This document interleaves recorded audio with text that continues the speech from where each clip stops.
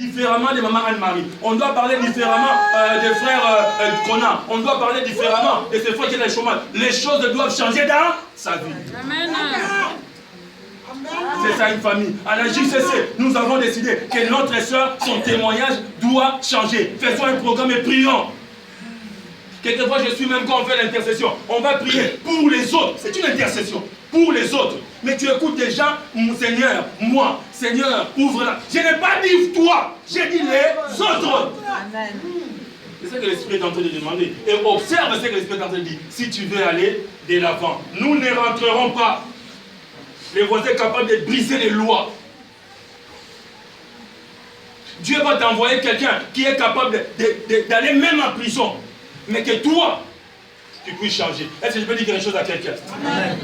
Vous savez, dans les conventions, dans les règles, dans les principes, dans les termes de référence, une personne, normalement, quand il vient chez toi, il entre par la porte, vrai ou faux? Vrai ou faux? Mais quand quelqu'un va ouvrir les toits, comment tu l'appelles? Comment tu l'appelles? Voleur. Il est en train de faire le violer. Il est en train de violer le domicile. Alléluia. On doit entrer par la porte. Mais ces 4 hommes ont dit, la porte est pleine. Comme on ne peut pas entrer par la porte, cette loi-là, cette convention, ces règles-là, qui dit qu'on doit passer par la porte, nous allons briser la règle parce que nous avons quelqu'un à sauver. Amen. Que Dieu te donne des hommes comme ça. Que Dieu te donne des femmes comme ça. Que Dieu te donne des voisines comme ça. Que Dieu te donne des voisins comme ça. Que Dieu te donne des clients comme ça. Que Dieu te donne des collègues comme ça. Qui prennent des risques pour toi. Qui prennent des risques pour ta personne. Écoute-moi. Dieu te donnera ces hommes quand toi tu vas commencer à prendre les risques pour les autres. Que je perde 50 000 mais qu'il avance. Que je perde 10 000 mais qu'il avance. Je perde 5 000 mais qu'il avance. Je vais le voir avancer. S'il avance, c'est-à-dire que je vais avancer. Amen. Amen. C'est-à-dire que tu vas avancer. C'est-à-dire que tu vas avancer. Seigneur, donne-moi quelqu'un qui t'aide souffrir pour moi. Et Dieu me demande Israël, tu veux que je donne quelqu'un, toi, pour qui tu souffres? Alléluia. Pour qui tu souffres? Pour qui tu pleures? Pour qui tu intercèdes? Pendant que je faisais la nuit de prière aujourd'hui, il y a une de mes filles qui m'a dit, papa, je me suis couché à 3 heures. J'ai dit pourquoi? Parce que tu es en train de prier pour certains frères du ministère. Ça m'a dit merci Seigneur. Et j'ai compris ce qui s'est passé cette nuit, pendant que j'ai prié. Il y avait quelqu'un qui combattait avec moi. Quelqu'un qui combattait avec moi. Dieu, je te dis cette année, il te donnera des gens. Mais avant que Dieu te donne des gens, donne-toi des gens. Avant que Dieu te mette des personnes, donne-toi des personnes. Alléluia. Je déclare pour quelqu'un, le Seigneur a mis en place des hommes. Comme on a parlé des hommes de David, il y a des hommes pour toi. Comme on a parlé des hommes de David, il y a des femmes pour toi. Comme on a parlé des hommes de David, il y a des unités pour toi. Alléluia. Quand je suis arrivé à World Vision en 1999, on m'a présenté un formulaire. Je suis allé chercher un stage. On m'a donné les formulaires. J'ai rencontré un monsieur. Il s'appelle Imam Oulsidi. C'est un de mes proches. Celui dont le frère Alexis a parlé quand il est allé chercher sa carte de résidence ici. Il est toujours prêt avec moi. Depuis la première fois qu'on s'est rencontré avec lui, à l'hôtel Alima en 1999. Il dit, viens, on est en train de chercher les gens à World Vision. On me l'a introduit. J'arrive au bureau, vers Arafat là-bas. Il me donne un formulaire. J'ai rempli le nom. J'ai rempli l'adresse.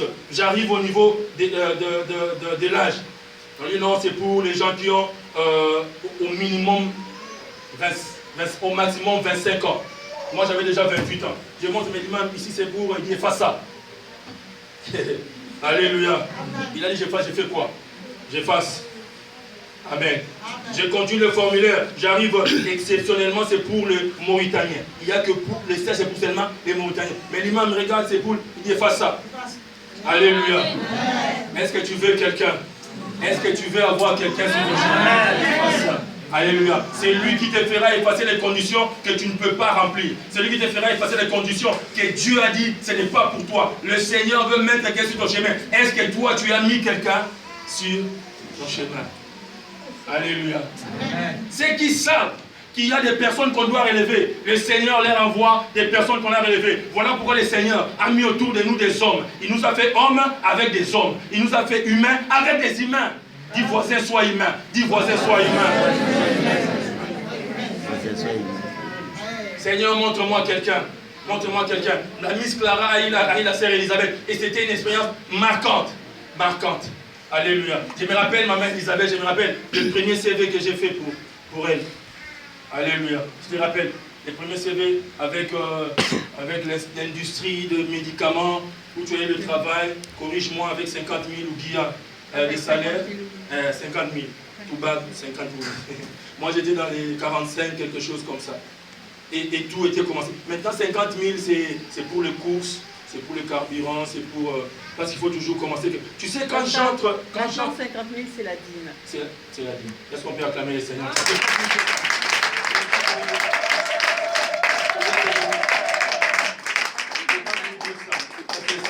Laisse-les en parler. C'est la dîme maintenant. Tu as multiplié, n'est-ce pas? Tu as multiplié, n'est-ce pas? Quand j'étais en train, j'apprenais à faire un CV. J'ai dit, Seigneur, je veux que cette dame aille loin. Alléluia. Je veux faire. Donne-moi quelqu'un pour qui faire un CV. Mais quand j'ai fait un CV pour toi, ça doit réussir. C'est comme je disais tout à l'heure à ma fille. Quand j'ai pris pour toi, c'est pour que tu réussisses. Je ne dis pas pour que tu ailles et que tu reviennes, ça n'a pas marché. Donne-moi quelqu'un. Dis, Seigneur, donne-moi quelqu'un.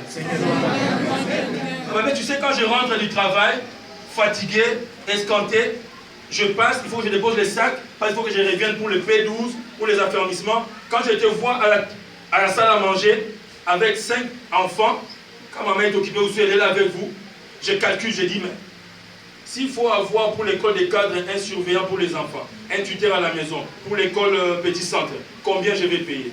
Le Seigneur m'a dit, tu vas chercher quelqu'un. J'ai été donné quelqu'un. Alléluia.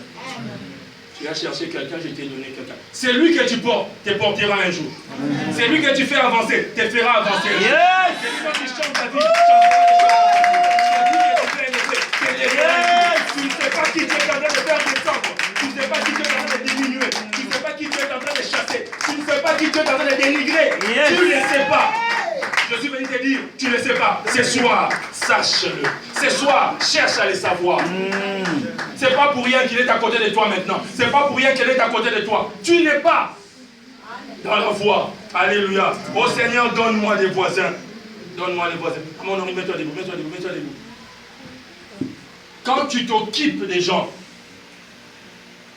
quand tu souffres pour les gens, le Seigneur prépare quelqu'un qui va souffrir pour toi. Amen. Tu as porté des personnes, tu as nourri des personnes. Prépare-toi à être nourri. Prépare-toi à être nourri. Ne tremble pas qu'on appelle à gauche et à droite. Prépare-toi à être nourri. Parce que ce que tu mets, tu ne l'as pas mis dans un panier troué. Tu l'as mis dans un panier qui est opaque. Et ce que tu mets dedans, ça rentre. Écoutez, la Bible dit, il le mettra dans les paniers qu'on secoue, qu'on met encore, jusqu'à ce que ça déverse. Et quand ça te déverse, ça tombe premièrement sur la personne qui est...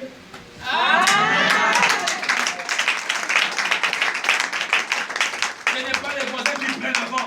Ça tombe premièrement sur la personne qui est en train de remplir. Sur la personne qui est en train de secouer. On secouera sur ta vie et tu verras ce que le Seigneur est capable de faire dans la vie de celui qui veut lui rendre la gloire. Que Jésus te bénisse, ça c'est au nom de Jésus. Lisez avec moi le verset 19 au verset 20. Le verset 19 au verset 20. Ah, c'est comme je n'ai pas encore prêché. Je n'ai pas encore prêché. Bientôt je vais commencer, mais ça ne va pas être long. Bientôt je vais commencer. Verset 19 au verset 20. Je lis la parole de Dieu au nom de Jésus-Christ. Comme ils ne savaient pas par où l'introduire, à cause de la foule, ils montèrent sur le toit. Ils ouvrirent le toit, les descendirent par l'ouverture, avec son lit au milieu de l'assemblée, devant Jésus-Christ. Voyant leur foi, Jésus dit à l'homme, voyant leur foi. Mais il dit à qui? À l'homme. Est-ce que tu es en train de comprendre quelque chose? Est-ce que tu es en train de comprendre que ta foi peut sauver?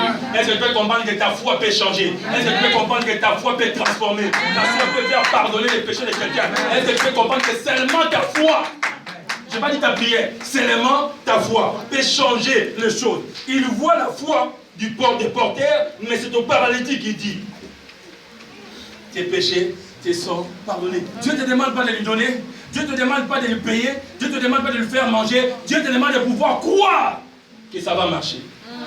Dieu te demande de pouvoir croire qu'il sera guéri. Dieu te demande de pouvoir croire qu'il va changer. Pourquoi tu penses que la sœur Albertine ne changera pas? Dis-moi, professeur, parle-moi. Dis-moi, professeur, parle-moi.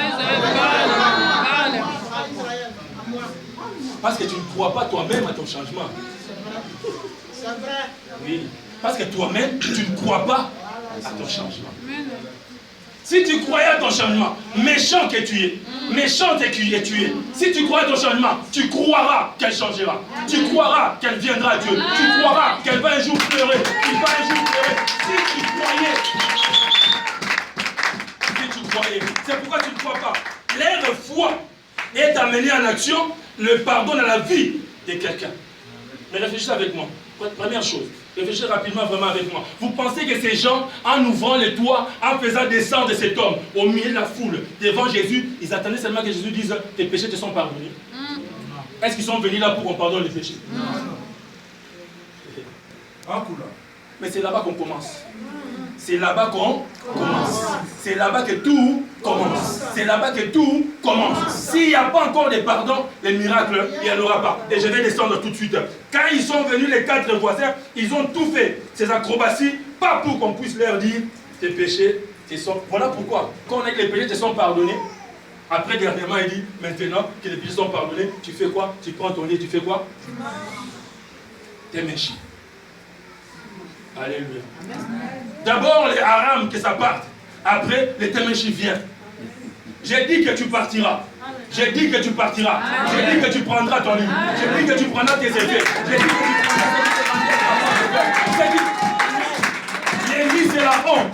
Les lits c'est la honte. Les lits c'est l'ignominie. Les lits c'est les moqueries. Les lits c'est les gens qui sont en train de rire, qui sont en train de parler. Mais j'ai dit, cette année, si tes péchés te sont pardonnés, si tu rejettes tes péchés, tu prendras ton lit. Dis, je prendrai mon lit. Dis bien encore, je prendrai mon lit. Dis bien encore, je prendrai mon lit. Je marcherai et je partirai. Au nom de Jésus.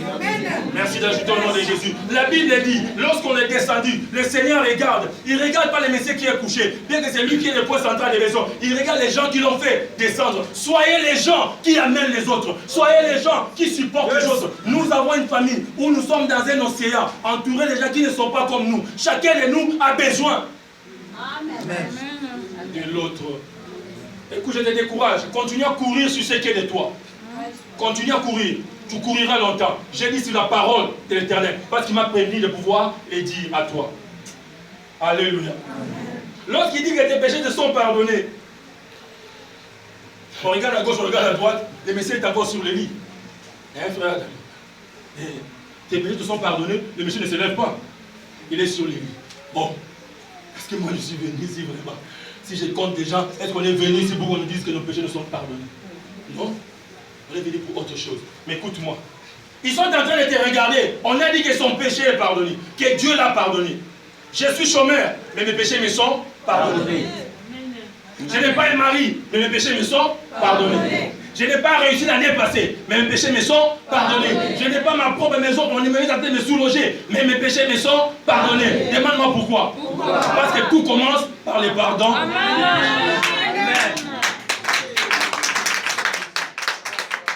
Attendez-moi dans une voiture Mercedes, je ne suis pas pressé. J'attends que mes péchés soient pardonnés. Attendez-moi dans une maison, une villa, je ne suis pas pressé. J'attends que mes péchés me soient pardonnés. Parce que lorsque le péché est pardonné, la Bible dit à l'instant. Bien-aimés, courez derrière le pardon des péchés et vous allez vivre les dieux de l'instant même, les dieux de maintenant, les dieux de tout de suite, les dieux d'ici, les dieux du présent, les dieux de l'actualité. Les dieux de l'actualité. On dit les péchés sont pardonnés, le Messie est encore là, en train de regarder, parce que quelque chose était en train d'arriver. Lisez avec moi le verset 21.